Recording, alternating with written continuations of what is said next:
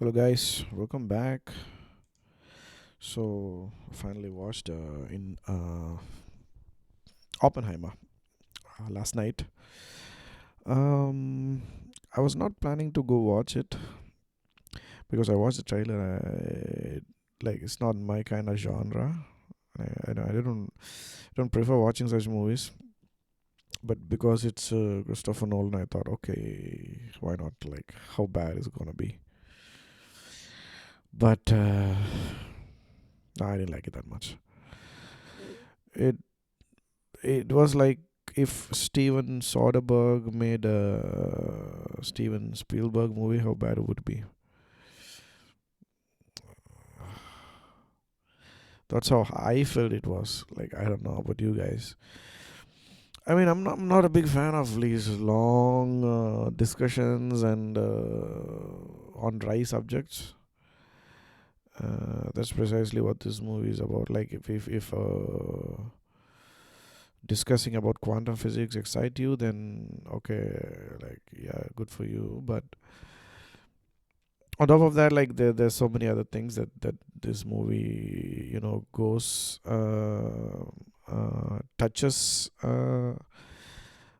upon, like anti-Semitism during that the Oppenheimer faced, and then his communist inclination, and and the issues that he faced in the US because of that, like, and then obviously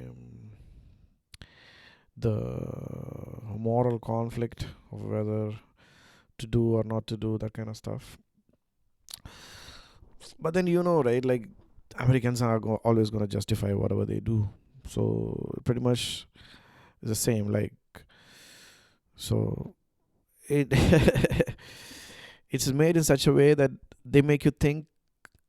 uh, I mean, the Americans did it for a reason. If Americans didn't do it, the Nazis would have done it. And because of that, it is justified. Although they killed around like a quarter of a million people. On top of that, Oppenheimer himself was guilt ridden. Like he was not happy about it. Like, that's the kind of impression that they give you, right? He was a nice guy. I mean, it's the others who made him do it. It's a president who actually dropped the bombs, not him. I mean, he was a nice guy. He was a really moral person. He couldn't even sleep that night. That's the kind of that's the idea. Like, I'm giving you an idea of as how the movie goes about.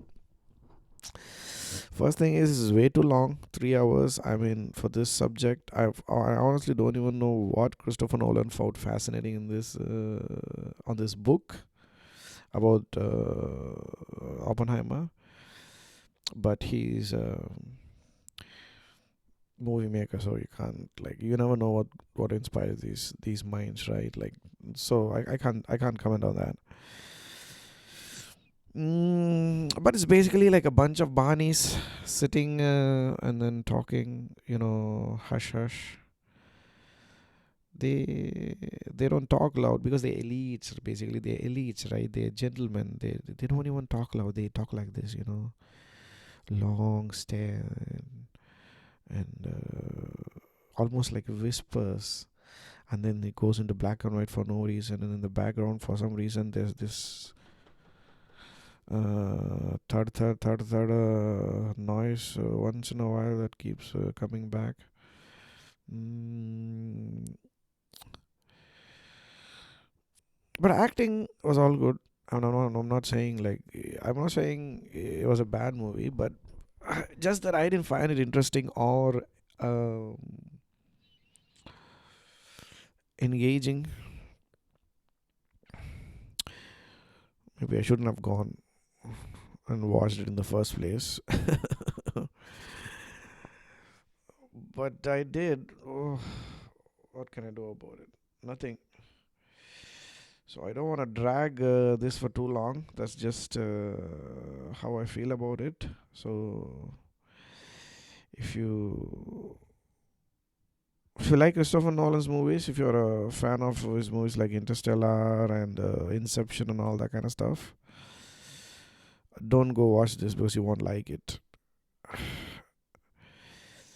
I've not seen Dunkirk, but I think that movie probably was something like this movie. So if you like Dunkirk, then maybe go watch this movie. You probably like it. Is as dry as the other one. Okay, all right. I'll see you in another video. Thank you. Bye bye.